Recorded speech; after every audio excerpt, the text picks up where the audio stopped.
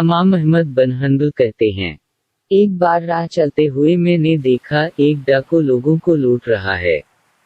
कुछ दिनों बाद मुझे वही शख्स मस्जिद में नमाज पढ़ता नजर आया।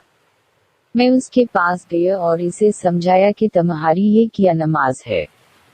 खुदा के साथ मुआमिला यूं नहीं किया जाता कि एक तरफ तुम लोगों को लूटो और दूसरी तरफ तुम्हारी नमाज खुदा को कबूल और पसंद आती रहे। डाकू बोला, इमाम साहब, मेरे और खुदा के माबीन तकरीबन सब दरवाजे बंद हैं। मैं चाहता हूँ कोई एक दरवाजा मेरे और खुदा के माबीन खुला रहे। कुछ अरसा बाद में हज पर गया। तवाफ के दौरान देखता हूँ एक शख्स कब्बा के गुलाफ से चमट कर खड़ा, कहता जा रहा है, मेरी तौबा, मुझे मुआफ कर दे। मैं उस नाफरमानी की तरफ कभी पलटने वाला नहीं। मैंने देखना चाहा उस खुदी के आलम में आहें भर भर कर रोने वाला कौन खुशकिस्मत है। क्या देखता हूँ, ये वही शख्स है जिसे मैंने बगदाद में डाके डालते देखा था।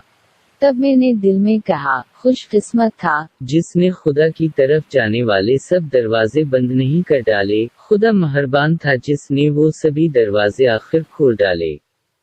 तो कैसे भी बड़े हाल में हो, कितने ही गुनाहगार हो, खुदा के साथ अपने सब दरवाजे बंद मत कर लेना।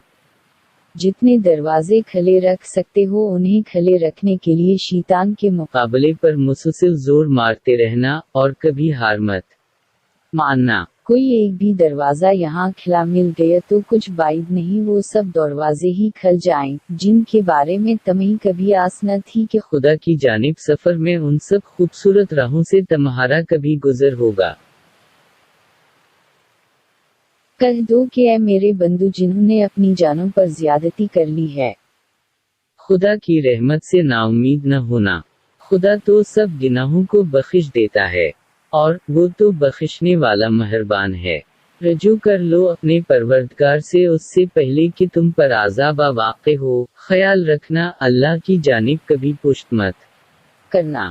अल्लाह सुब्हान ताला हम सबको सिरात मुस्तकीम पर चलने की तौफीक अता फरमाए। आमीन।